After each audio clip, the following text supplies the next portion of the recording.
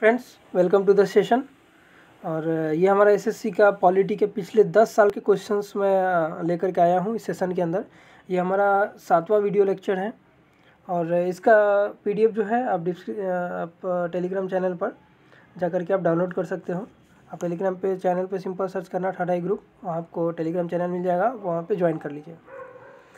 Ganga river system के ऊपर भी मैं एक वीडियो लेकर के आ रहा हूँ, वो भी आप देख सकते हैं, टेलीग्राम चैनल के अंदर मिल जाएगा और प्ले लिस्ट के अंदर भी आपको देखने को मिल जाएगा। चलिए, सो हमारा फर्स्ट क्वेश्चन है, the state reorganisation act of 1956 reduce the number of state in the country from 27 to okay. Question ये कह रहा है, स्टेट रीऑर्गेनाइजेशन एक्ट जैसे कि आपको पता है 1956 में आया था। 1 सेकेंड, इसको थोड़ा सा छोटा कर लूँ। ओके, ठीक है। स्टेट रीऑर्गेनाइजेशन एक्ट 1956 में आया था, जिसके अंदर सबसे पहले आंध्र प्रदेश का फॉर्मेशन हुआ था लैंग्वेज बेसिस पे। आंध्र प्रदेश का फॉर्मेशन हुआ था लैंग्वेज बेसिस पे 1956 में, ये आपको पता होगा। जिसके अंदर आपको पता होगा जेवीपी कमेटी भी इसी से इंटरलिंक्ड है, जो 47 में बनाई गई थी, है ना। तो ये सारी चीज़ें आपको देखने को मिल, जेवीपी कमेटी 48 में बनाई गई थी, है ना, 48 में। तो ये सारी चीज़ें इसी से इंटरलिंक्ड है, लैंग्वेज से रिलेटेड। जो हमारे स्टेट जो हमारा हुआ करता था इंडिपेंडेंस के टाइम में 27 स्टेट हुआ करता था, लेकिन अभी उसके बाद ये क्वेश्चन ये पूछ रहा है कि 1957 में जो स्टेट रीऑर्गेनाइजेशन एक्ट आया था, तो उस वक्त 27 स्टेट हुआ करता था इंडिया के अंदर, और अब उसके बाद में उसको कितना रिड्यूस करके कितना कर दिया गया था। तो इसका राइट आंसर हो जाएगा 14 स्टेट कर दिया गया था। 27 से घटा करके 14 स्टेट कर दिया गया था लैंग्वेज बेसिस पे। देखो, कॉन्स्टिट्यूशन में जो है ना, स्टेट मेंशन किया गया है, स्टेट इन द सेंस किया गया है कंट्री के बारे में मेंशन किया गया है ना, पर्टिकुलर स्टेट की बात नहीं की गई है। बट यहाँ मैं स्टेट की बात कर रहा हूँ, पर्टिकुलर स्टेट की, जो भी हम राइट नाउ स्टेट के बारे में पढ़ते हैं, स्टेट्स से यूपी, झारखंड, रांची, मुंबई, महाराष्ट्र, तो इस टाइप के स्टेट्स की बात कर रहा हूँ, ठीक है। तो स्टेट 27 से लेकर के 14 कर दी गई थी लैंग्वेज बेसिस पे। कब की गई थी? 1956 के अंदर। और इस एक्ट के थ्रू जो पहला स्टेट जो बना था, उसका फॉर्मेशन हुआ था, उसका क्या नाम है? आंध्र प्रदेश। तो लैंग्वेज बेसिस पे जो पहला स्टेट बना था, उसका नाम है आंध्र प्रदेश। तो ये भी आप याद कर लीजिएगा, additional fact. A constitutional emergency declared by the president has to be approved by the union parliament within। तो देखो, बेसिकली 3 तरीके की इमरजेंसी है, हमने पहले भी डिस्कस किया है। नेशनल इमरजेंसी है, स्टेट इमरजेंसी है, फाइनेंशियल इमरजेंसी है। नेशनल इमरजेंसी हमको मिलता है देखने को आर्टिकल 352 के अंदर, स्टेट इमरजेंसी मिलता है 356 के अंदर, फाइनेंशियल इमरजेंसी देखने को मिलता है 360 के अंदर। तो ये सारी इमरजेंसी देखने को मिल जाती है। नेशनल इमरजेंसी आपको अभी तक 3 बार देखने को मिला है। कब कब देखने को मिला है? 62 के अंदर, जब चाइना इंडिया के बीच में जो वार हुआ था। 71 के अंदर, जब पाकिस्तान से वार हुआ था। 75 के अंदर इंटरनल डिस्टर्बेंस, इंदिरा गांधी की जब गवर्नमेंट थी तब की बात हो रही है, जब 76 के अंदर मिनी कॉन्स्टिट्यूशन का फॉर्मेशन हुआ था, 44th अमेंडमेंट। तो वो सारी चीज़ें हैं, तो डिस्कशन के लिए बहुत सारे पॉइंट्स हैं। तो क्वेश्चन पे आते हैं। क्वेश्चन ये कह रहा है, constitutional emergency declared by the president has to be approved by the union parliament within। तो constitutional emergency जो है लगाई जाती है प्रेसिडेंट के थ्रू, तो उसको अप्रूवल कितने दिन के अंदर मिल जाना चाहिए। तो कॉन्स्टिट्यूशनल इमरजेंसी लगाने के लिए अप्रूवल जो है वो 2 मंथ के अंदर अप्रूवल जो है वो मिल जाना चाहिए, ठीक है, यूनियन पार्लियामेंट के थ्रू। और मैक्सिमम इमरजेंसी कितने दिन के लिए लगाई जा सकती है? मैक्सिमम 6 मंथ के लिए लगाया जा सकता है। तो स्टेट में इमरजेंसी किसके थ्रू लगाई जाती है? स्टेट में इमरजेंसी गवर्नर के थ्रू लगाई जाती है, बट वो इनडायरेक्टली जो आप बोल सकते हो पावर जो होता है स्टेट के अंदर, वो गवर्नर का होता है, बट इसको लीड कर रहे होते हैं प्रेसिडेंट। तो प्रेसिडेंट के थ्रू स्टेट में इमरजेंसी लगाई जाती है under the guidance of the governor of that state. The Indian constitution provides for, जो इंडियन कॉन्स्टिट्यूशन है ना, प्रोवाइड्स फॉर, इंडियन कॉन्स्टिट्यूशन किसे प्रोवाइड किया गया है? तो single citizenship, dual citizenship, both of them. तो इंडिया के अंदर हमें पता है कि इंडियन कॉन्स्टिट्यूशन के अंदर मेंशन किया गया है single citizenship as a England, है ना। इंग्लैंड के अंदर जो ब्रिटेन है, ब्रिटेन के अंदर सिंगल सिटीजनशिप का प्रोविज़न है, बट अमेरिका जाओगे तो आप अमेरिका के अंदर डुअल सिटीजनशिप का प्रोविज़न है। तो सिटीजनशिप हमने जो लिया है वो ब्रिटेन से लिया है, तो इससे ये आपको आंसर मिलता है। The name of any Indian state can be altered by. देखो, किसी भी स्टेट का जो है ना नाम चेंज करना है,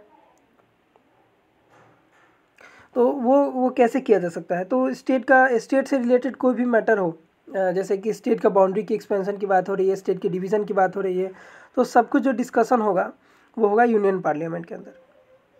ओके, तो पार्लियामेंट होगा, पार्लियामेंट डिसीजन लेगा कि पार्लियामेंट के अंदर डिसीजन होगा, बिल पास होगा, उसके बाद पार्लियामेंट डिसीजन लेगी कि कैसा प्रोविज़न होगा, उसके अंदर क्या क्या चेंजेस करना है। तो पार्लियामेंट इसका करेक्ट आंसर हो जाएगा। Which of the following qualification is not essential for election as president of India? कौन सा क्वालिफिकेशन इसेंशियल नहीं है? तो हमें पता है प्रेसिडेंट ऑफ इंडिया होने के लिए 35 ईयर एज होना चाहिए, सिटीजन होना चाहिए इंडिया का, ठीक है, 35 ईयर्स एज होना चाहिए मिनिमम। ओके, ये भी सही है। Qualification for election as a member of the Lok Sabha, sorry, qualified for election as a member of the Lok Sabha, जो लोकसभा के जो मेंबर होते हैं, है ना, उनके लिए क्वालिफाइड होना चाहिए। तो ऐसा कुछ तो है नहीं, बट ऐसा ये बात है कि लोकसभा के मेंबर के लिए क्वालिफाइड होने चाहिए, क्योंकि यहाँ पे हमें क्वेश्चन क्या कर रहा है, प्रेसिडेंट। तो लोकसभा के मेंबर के लिए क्वालिफाई होना चाहिए, बट लोकसभा में जो मेंबर्स बैठते हैं उनकी एज होती है 25 मिनिमम, बट एज का क्राइटेरिया इसमें बस ऐड कर दो, बाकी जो सारी क्वालिफिकेशंस होते हैं एमएलए बनने के लिए वो सारे क्वालिफिकेशन, बट एमएलए के लिए एज जो होता है वो मिनिमम होना चाहिए 25, बट प्रेसिडेंट के लिए 35। तो एज का क्राइटेरिया ऐड कर दीजिए, बाकी सारे क्वालिफिकेशन सेम रहेंगे। अ मेंबर ऑफ द लोकसभा के मेंबर होने चाहिए, बिल्कुल भी नहीं, लोकसभा के मेंबर नहीं होने चाहिए प्रेसिडेंट बनने के लिए। ओके, तो इसका करेक्ट आंसर हो जाएगा option number D. Which among the following is not a fundamental right? इसमें से कौन सा ऑप्शन जो है करेक्ट है फंडामेंटल राइट के रिगार्डिंग? तो इसमें से जो है फंडामेंटल राइट कौन है? राइट टू स्ट्राइक, बिल्कुल ये फंडामेंटल राइट नहीं है हमारा, बाकी सारे ऑप्शन है। एक मिनट में पेन एक सा रेड कलर में ले लेता हूँ। बाकी की जो है राइट टू स्ट्राइक जो है फंडामेंटल राइट नहीं है, बाकी के जो भी है ये सारे फंडामेंटल राइट हमको देखने को मिलते हैं। राइट टू इक्वालिटी हमको देखने को मिल जाता है 12 से 18। Right to freedom of religion हमको देखने को मिल जाता है 25 to 28, article 25 to 28। Constitutional remedies हमको आर्टिकल 32 के अंदर देखने को मिल जाता है। तो ये सारी चीज़ें हैं। आगे बात करते हैं। विच of the following courts is responsible for the enforcement of fundamental right? So which one of the following court is responsible for the enforcement of fundamental right? Fundamental right, देखो फंडामेंटल राइट का violation आपका होता है तो article 32 के अंदर दिया गया है। आर्टिकल 32 हमको क्या बोलता है कि आप सुप्रीम कोर्ट जा सकते हो, है ना। आर्टिकल 32 हमको प्रोविज़न देता है कि आप सुप्रीम कोर्ट जा सकते हो। और हाई कोर्ट जो है हमको आर्टिकल 226, आर्टिकल 226 के अंदर लिखा हुआ है कि अगर आपका फंडामेंटल राइट का वायोलेशन होता है तो आप आर्टिकल 226 के थ्रू आप हाई कोर्ट जा करके अपील कर सकते हो। और आर्टिकल 32 जिसके अंदर हम जो 5 तरीके की रीट्स पढ़ते हैं, है ना, वो सारी चीज़ें आर्टिकल 32 के अंदर दी हुई है। तो आर्टिकल 32 हमको क्या बोलते हैं, रिस्पॉन्सिबिलिटी है किसका, फंडामेंटल राइट का। तो सुप्रीम कोर्ट, इसका जो करेक्ट आंसर हो जाएगा सुप्रीम कोर्ट, क्योंकि आर्टिकल 32 के थ्रू आप सुप्रीम कोर्ट के अंदर जा सकते हो। The Indian constitution came into force on Indian constitution. देखो इनफोर्स होना और इनएक्ट होना दो तरीके की बातें होती है, इनफोर्स और इनएक्ट होना। तो इनफोर्स की बात जहाँ पे आ जाएगा कॉन्स्टिट्यूशन के अंदर, तो इंडियन कॉन्स्टिट्यूशन इनफोर्स हुआ था। तो इनफोर्स कब हुआ था? 26 जनवरी 1950 के अंदर में। और एडॉप्ट की बात आ जाती है तो एडॉप्ट कब किया गया था इंडियन कॉन्स्टिट्यूशन को? तो 26 नवंबर 1949 के अंदर, है ना, 26 नवंबर 1949 में। तो इस वक्त कॉन्स्टिट्यूशन को क्या किया गया था? अडॉप्ट कर लिया गया था। बट पूर्ण स्वराज के बारे में हमने पढ़ा है, पूर्ण स्वराज 26 जनवरी को, तो 26 जनवरी को बट हमने क्या है कॉन्स्टिट्यूशन को इन्फोर्स किया था फाइनली। तो दो चीज़ें आपको कन्फ्यूज़न हमेशा देती है, इन्फोर्स करना, कॉन्स्टिट्यूशन को अडॉप्ट करना एंड इन्फोर्स करना। तो अडॉप्ट हमने कब किया था? 26 नवंबर 1949 को, बट इन्फोर्स कब हुआ था? 26 जनवरी 1950 को। ठीक। The constitution of India is देखो इंडिया का कॉन्स्टिट्यूशन कैसा है? पार्शियली रिजिड है, पार्शियली फ्लेक्सिबल है। अब इसको किस तरीके से समझ सकते हो, partially rigid and partially flexible. देखो कॉन्स्टिट्यूशन के अंदर क्या है कि हमारे जो भी आर्टिकल्स पहले से मेंशन किए गए हैं, उस आर्टिकल जो भी आर्टिकल शेड्यूल्स जो भी मेंशन किए गए, उसके अंदर जो पर्टिकुलर मैटर जो मेंशन किया गया है, उस मैटर को आप छेड़छाड़ नहीं कर सकते, उस मैटर के अंदर चेंज नहीं कर सकते, उस मैटर को अमेंड कर सकते हो। मतलब उस मैटर के अंदर कुछ नई चीज़ें ऐड कर सकते हो, कुछ नई चीज़ें आप उसमें से एडिट कर सकते हो, कुछ चेंज कर सकते हो, कुछ ऐड कर सकते हो, बस उस मैटर को आप कंप्लीटली हटा नहीं सकते, उस आर्टिकल को आप कंप्लीटली हटा नहीं सकते, वो आर्टिकल वहाँ रहेगी। आई बात समझ में। तो उस आर्टिकल को आप डिस्प्लेस कर सकते हो, जैसे आप एज फॉर एग्जांपल आप ले लो राइट टू प्रॉपर्टी ले लो। तो राइट टू प्रॉपर्टी क्या था, पहले फंडामेंटल राइट था, देन उसको लीगल राइट कर दिया गया। तो उसी तरीके से आप उसको डिस्प्लेस कर सकते हो। तो इसलिए बोलते हैं कि पार्शियली जो है रिजिड है, पार्शियली है जो फ्लेक्सिबल है, मतलब रिजिड भी है फ्लेक्सिबल भी है। The constitution of India was adopted on, देखो अभी क्वेश्चन आ गया, कॉन्स्टिट्यूशन ऑफ इंडिया को एडॉप्ट कब किया गया था, 26 नवंबर 1949, हमने अभी डिस्कस किया। The president of India is the dash, president of India is the, option क्या है, head of state, head of the government, head of the state as well as government, uncrowned monarch of the republic, बिल्कुल भी नहीं है, तो answer बिल्कुल ही नहीं हो सकता। Okay, head of the state, state की बात हो रही है, मतलब यहाँ पे कंट्री की बात हो रही है। तो प्रेसिडेंट ऑफ इंडिया जो होते हैं वो हेड ऑफ द स्टेट होते हैं, and head of the government कौन होता है, वो प्राइम मिनिस्टर होता है। और प्राइम मिनिस्टर के अंदर आते हैं काउंसिल ऑफ मिनिस्टर्स, और एंड काउंसिल ऑफ मिनिस्टर के भी हेड होते हैं prime minister, but council of ministers के उनके कहने पे, या फिर बोल सकते हो जो प्रेसिडेंट होते हैं ना, वो सारी बातें जो है काउंसिल ऑफ मिनिस्टर के सजेशन से करते हैं। काउंसिल ऑफ मिनिस्टर जैसा उनको सजेस्ट करते हैं वैसा प्रेसिडेंट ऑफ इंडिया करते हैं। और काउंसिल ऑफ मिनिस्टर के जो हेड होते हैं प्राइम मिनिस्टर। तो किस तरीके से आप सर्कल एक दूसरे से इंटरलिंक्ड आपको यहाँ पे देखने को मिल जाता है पॉलिटी के अंदर। तो इसका जो हमारा राइट आंसर आपको देखने को मिल जाता है head of state. Okay, who among the following held office as president of India for 2 consecutive terms. Okay, 2 बार जो प्रेसिडेंट बने हैं, 2 कंसेक्यूटिव टर्म, 2 बार प्रेसिडेंट ऑफ इंडिया, जो ऑप्शंस हैं उसके according doctor Rajendra Prasad and doctor Sarvepalli Radhakrishnan 2 बार क्या है इंडिया के प्रेसिडेंट बने। तो ऑप्शन जो इसका जो करेक्ट ऑप्शन हो जाएगा वो ऑप्शन नंबर डी हो जाएगा, A and B, doctor Sarvepalli Radhakrishnan and doctor Rajendra Prasad दोनों। The constitution make India a secular state, this means, है ना, जो इंडिया का जो कॉन्स्टिट्यूशन है, आई थिंक, ओके ठीक है चलिए, the constitution makes India a secular state, this means, देखो इंडिया का कॉन्स्टिट्यूशन जो है वो सेकुलर माना जाता है। तो सेकुलर क्यों माना जाता है, इसका मतलब ये क्या कहने का मतलब है, तो सेकुलर कहने का मतलब है धर्मनिरपेक्षता की यहाँ पे बात हो रही है। तो सेकुलर स्टेट या सेकुलर कंट्री कह लो, ये क्यों कहा जाता है इंडिया को, इसका मतलब क्या है ना। India shall be theocratic state, India shall be state without religion, the state is completely detached from the religious affiliations. तो इसका जो करेक्ट जो आंसर हो जाएगा, state is completely detached from the religious affiliations. तो देखो स्टेट जो है ना वो किसी एक जो रिलीजन है ना उसको एफिलिएशन मतलब क्या कि उसी के बारे में बात नहीं करती कि हाँ स्टेट की हाँ यहाँ पे इस्लामिक ही होंगे या क्रिश्चियन ही होंगे या हिंदूज ही होंगे। तो किसी एक रिलीजन के बारे में कॉन्स्टिट्यूशन में डिस्कस नहीं किया गया है, ठीक है। तो state completely detach from the religious affiliation से बिल्कुल भी अलग है। तो इसका करेक्ट आंसर यही हो जाएगा। Who acted as the prime minister of India immediately on the death of Jawaharlal Nehru. जैसे कि हमें पता है कि जवाहरलाल नेहरू के बाद जो हमको प्राइम मिनिस्टर देखने को मिल जाते हैं वो हैं लाल बहादुर शास्त्री, हमने पढ़ा है बस। बट यहाँ पे बात हो रही है प्राइम मिनिस्टर जवाहरलाल नेहरू के डेथ के बाद immediately as a acting prime minister बनाया गया था, है ना। As a acting prime minister किन को बनाया गया था, तो गुलजारी लाल नंदा को as a acting prime minister बनाया गया था। आई थिंक ये हाँ ये 13 डेज़ के लिए थे, ओके, ये 13 दिनों के लिए इनको एक्टिंग प्राइम मिनिस्टर बनाया गया था। Who were the first general election held in the country. तो फर्स्ट जनरल इलेक्शन कब हुआ था, ये 1951 to 52 हुआ था, ओके 51 to 52 हुआ था। 25 अक्टूबर 25 अक्टूबर 1951 से लेकर के 21 फरवरी 21 फरवरी 1952 तक, ओके। 25 25 अक्टूबर 1951, ठीक, 25 अक्टूबर 1951 से 21 फरवरी 1952 तक, तो ये ड्यूरेशन चला था इलेक्शन का। ओके, तो आप जनरली याद कर सकते हो अक्टूबर से लेकर के October 25 to 51 and February 21 to 52। Okay, जजेस of high court are appointed by, high court के जो जज होते हैं उनके थ्रू अपॉइंट किए जाते हैं।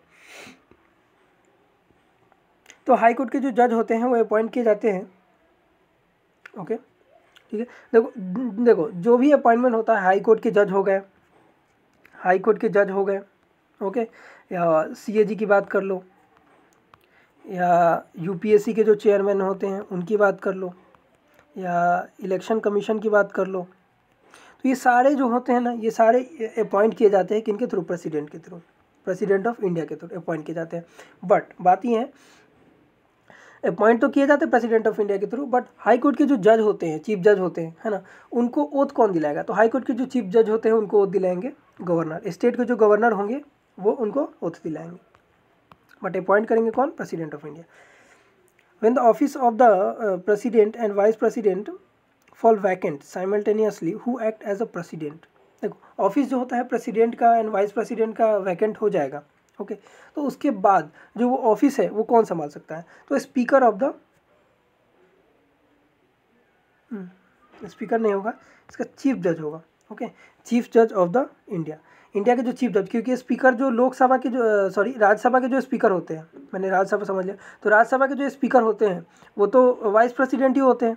ओके, तो पहले president, then vice president, then किनका पोस्ट आ जाता है, चीफ जज का, in the form of as a president. तो प्रेसिडेंट पहले प्रेसिडेंट सपोज नहीं रहते, या वाइस प्रेसिडेंट भी रिज़ाइन कर देते, प्रेसिडेंट भी रिज़ाइन कर देते हैं, तो उस सीट को कौन ऑक्यूपाई कर सकते हैं, उस सीट को ऑक्यूपाई कर सकते हैं चीफ जज of India. The speaker of the Lok Sabha can be removed from his office by the, जो लोकसभा के स्पीकर होते हैं उनको वो अपने ऑफिस से रिमूव कैसे किए जा सकते हैं, देखो इस लोकसभा के जो स्पीकर होते हैं ना उनको उनके ऑफिस से रिमूव किया जा सकता है, क्योंकि फर्स्ट टाइम जो हुआ था वो जेबी कृपलानी, है ना, जेबी कृपलानी जो है उनको आचार्य कृपलानी भी बोला जाता, तो जेबी कृपलानी जो थे उनको रिमूव किया गया था, जो स्पीकर थे, है ना, लोकसभा के स्पीकर थे, उनको रिमूव किया गया था। भाई कौन सा जो प्रोसेस होता है वो कौन सा प्रोसेस होता है, तो वो जो प्रोसेस होता है ये होता है veto of no confidence passed by both the house of the parliament, veto of no confidence passed by the Lok Sabha, veto of no confidence passed by the Lok Sabha, Lok Sabha के थ्रू जो विटो पास किया जाता है नो कॉन्फिडेंस का, उनके थ्रू उनको इम्पीच किया जाता है। क्यों, क्योंकि वो लोकसभा के चेयरमैन होंगे, तो राज्यसभा के अंदर की बात नहीं आती, यहाँ बोथ हाउसेस की बात की गई है, यहाँ पे सिंगल हाउसेस की बात की गई है, तो लोकसभा के चेयरमैन की बात हो रही है, तो यहाँ पे लोकसभा के हाउसेस की बात हो जाएगी। जो सुचिता कृपलानी थे सीएम, है ना, CM of UP, Uttar Pradesh की सीएम, है ना, उनके जो फादर, सॉरी नहीं, उनके हस्बैंड है ना, उनके हस्बैंड है जेबी कृपलानी। ठीक है, चलिए, काफ़ी डिटेल में अपने को डिस्कस नहीं करना है, बट एक्स्ट्रा टॉपिक चीज़ बता देता हूँ कि आपको इससे रिगार्डिंग अगर क्वेश्चन आ जाता है इससे रिलेटेड तो आप क्लियर कर पाओगे। In which one of the following state it is constitutionally obligatory for the state to have a separate minister for the tribal welfare, देखो सेपरेट मिनिस्ट्री बनाई गई है ट्राइबल्स के लिए, कौन कौन से स्टेट में बनाई गई है, कॉन्स्टिट्यूशन के अंदर मेंशन किया गया है इसके बारे में। ठीक है, तो संविधानिक बोल सकते इसको, पोस्ट नहीं बोल सकते, बट संविधान में इसके बारे में मेंशन किया गया है कि होना चाहिए इन सारे स्टेट्स के अंदर। तो वो स्टेट है झारखंड, उड़ीसा, मध्य प्रदेश, क्योंकि इसमें ट्राइबल एरियाज ज़्यादा है ना, ट्राइबल पॉपुलेशन जो है आपको यहाँ पे ज़्यादा देखने को मिलता है झारखंड के अंदर, उड़ीसा के अंदर, मध्य प्रदेश के अंदर। Panchayati Raj was introduced in the country in, Panchayati Raj को कब इंट्रोड्यूस किया गया था इंडिया के अंदर, तो पंचायती राज को कब इंट्रोड्यूस किया गया था 1959 के अंदर, इंट्रोड्यूस किया गया था 1959 के अंदर। बट आपको पता होगा पंचायती राज कौन से शेड्यूल के अंदर मेंशन किया गया है, तो है शेड्यूल 11 के अंदर। अभी 12 शेड्यूल है इंडिया के अंदर, है ना, शेड्यूल 11 के अंदर क्या मेंशन किया गया है, पंचायती राज के बारे में। शेड्यूल 12 के अंदर क्या मेंशन किया गया है, म्यूनसिपैलिटी के बारे में। ओके, इसके बारे में मैंने पहले डिस्कस किया हुआ।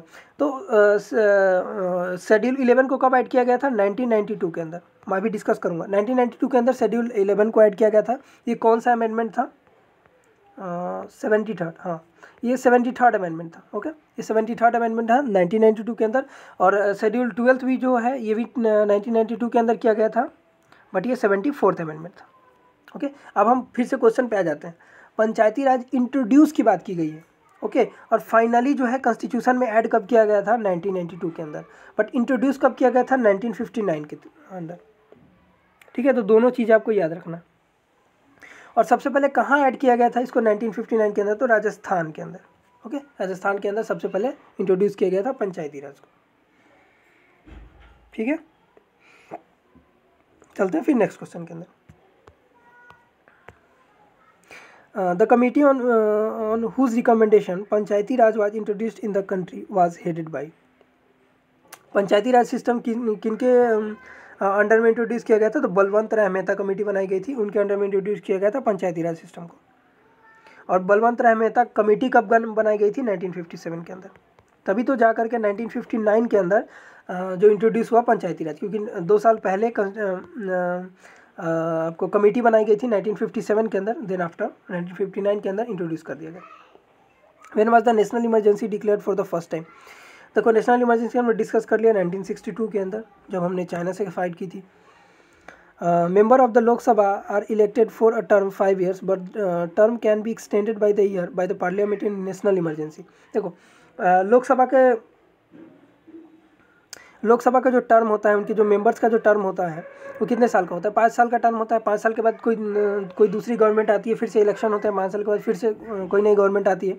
बट नेशनल इमरजेंसी चल रहा है। जब नेशनल इमरजेंसी हमने बताया तीन बार में आया था नेशनल इमरजेंसी, 62, 71 एंड देन 75 में। तो 1 साल का जो टेन्योर है, 1 साल का टेन्योर एक्सटेंड किया जा सकता है, उसके बाद इलेक्शन किया जा सकता है, मतलब 6 साल का टेन्योर हो सकता है इमरजेंसी के टाइम में। For how many years does the vice president hold office? Vice president जो होते हैं वो टर्म ऑफ ऑफिस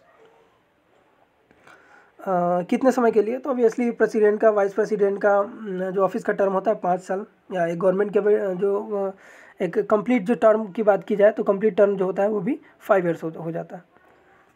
ठीक है, सेकेंड है ना, which Indian state remained an associate state for a short period before it was recognised as a full fledged state of the union? Okay, single state जो यहाँ पे बात की जा रही है, एसोसिएट मतलब कंट्री के अंदर मिक्स तो नहीं था, इंडिया के अंदर उस स्टेट को मर्ज नहीं किया गया था, बट वो इंडिया का क्या था?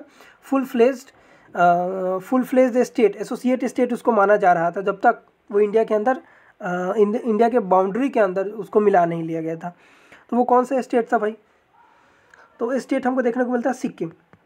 तो इस सिक्किम को कब इंडिया के अंदर ऐड किया गया था? 16 मई को 1975, 1975, 16 मई 1975 को इंडिया के अंदर मर्ज कर लिया गया था। और ये कौन सा नंबर का स्टेट बना? 22nd नंबर, मतलब 22वां नंबर का ये जो स्टेट है इसको बनाया गया था 16 मई 1975 को। ठीक, at present only 6 state have legislative council, find the odd one out. देखो लेजिस्लेटिव काउंसिल की बात की जाए तो एट प्रेजेंट तो 6 है लेजिस्लेटिव काउंसिल। कौन कौन से स्टेट के अंदर? देखो 7 स्टेट के अंदर लेजिस्लेटिव काउंसिल हो गया था। कब? जब आंध्र प्रदेश एंड तेलंगाना ऐड हुआ था। आंध्र प्रदेश एंड तेलंगाना जब डिवाइड हुए थे, दो स्टेट में डिवाइड हो गए थे आंध्र प्रदेश एंड तेलंगाना, तो 7 हो गए थे। ठीक, तो उसके बाद जब जम्मू एंड कश्मीर को डिवाइड किया गया, जब यूनियन टेरिटरी बनाया गया, तो वहाँ से जो है ना लेजिस्लेटिव काउंसिल जो है उसको ख़त्म कर दिया गया था जम्मू एंड कश्मीर के अंदर। तो देन फिर जो बच के रह गया जम्मू एंड कश्मीर के अंदर नहीं है। ठीक है, ऑड वन आउट हमको देखने को मिल जाता है।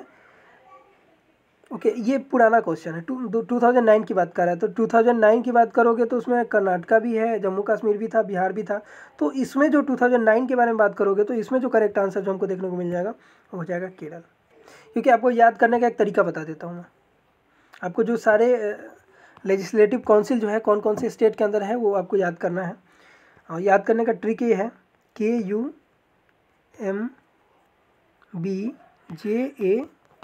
ठीक, के से हो जाएगा कर्नाटका, यू से हो जाएगा उत्तर प्रदेश, एम से हो जाएगा महाराष्ट्र, बी से हो जाएगा बिहार, जे से जो है हमारा जम्मू कश्मीर था बट अब ये नहीं है। Okay, then Andhra Pradesh, then Telangana. तो अभी जो राइट नाउ है वो 6। The concept of welfare state finds elaboration in the, welfare state की बात की जाए, वेलफेयर स्टेट का जो कॉन्सेप्ट लिया गया है, okay, the concept of welfare state finds elaboration in the preamble, fundamental right, fundamental duties, directive principle of state policy.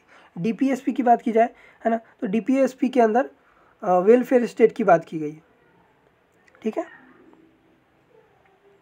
फिर हम नेक्स्ट क्वेश्चन के अंदर चलते हैं, है ना। The Sarkaria commission was set up to examine, Sarkaria commission जो है वो किस चीज़ के लिए बनाई गई थी, तो किस मैटर को एग्जामिन करने के लिए बनाई गई थी, तो सेंटर स्टेट रिलेशन के बारे में बताती है सरकारिया कमीशन, ओके। तो सरकारिया कमीशन से भी क्वेश्चन पूछे जाते हैं, तो सेंटर स्टेट रिलेशन के बारे में बताती है सरकारिया कमीशन, ये आपको याद कर लेना है। The legislative the lengthiest amendment dubbed as a mini constitution by some political pundits। Okay, देखो अब मिनी कॉन्स्टिट्यूशन के बारे में घुमा फिरा के क्वेश्चन सेम चीज़ें पूछा है। आप वर्डिंग्स पे ध्यान दीजिए, थोड़ा सा इसको वर्डिंग्स को कैच करने की कोशिश कीजिए। जो लेंथिएस्ट कॉन्स्टिट्यूशन, कुछ लोग पॉलिटिकल गुरुज, मतलब कुछ पॉलिटिकल लीडर्स के थ्रू बोला गया है ना, जो मिनी कॉन्स्टिट्यूशन बनाया गया था 1976, कौन सा अमेंडमेंट था, 42nd अमेंडमेंट। 42nd अमेंडमेंट को बोलते हैं मिनी कॉन्स्टिट्यूशन, ठीक। तो कुछ पॉलिटिकल गुरुज के थ्रू क्या बनाया गया है, इसको लेंथिएस्ट अमेंडमेंट बोला गया है, इसको सबसे मतलब लेंथी अमेंडमेंट है, ठीक है। तो ये कब हुआ था, तो ये हुआ था 42nd अमेंडमेंट, कब हुआ था, 1976 के अंदर। तो ये क्वेश्चन इसी तरीके से फॉर्मेट में पूछ रहा है। The first speaker of the Lok Sabha, first speaker Lok Sabha जीवी मावलंकर, हम सबको पता है, पहले जो स्पीकर थे लोकसभा के। सो ये से हमारे सारे क्वेश्चन पॉलिटी के। सेशन आपको पसंद आ रहा है तो सेशन को, चैनल को सब्सक्राइब करिए, वीडियो को लाइक करिए, फ्रेंड्स के साथ ज़रूर शेयर करिए। और अगर क्या क्या आप चेंज करना चाहते हैं वीडियो के अंदर, और क्या क्या किस किस टॉपिक पे वीडियो चाहते हैं, उसके बारे में हमें कमेंट जरूर करिएगा, उस पर मैं वीडियो लेक्चर लेकर के आऊँगा। मिलता है फिर नेक्स्ट वीडियो लेक्चर के अंदर।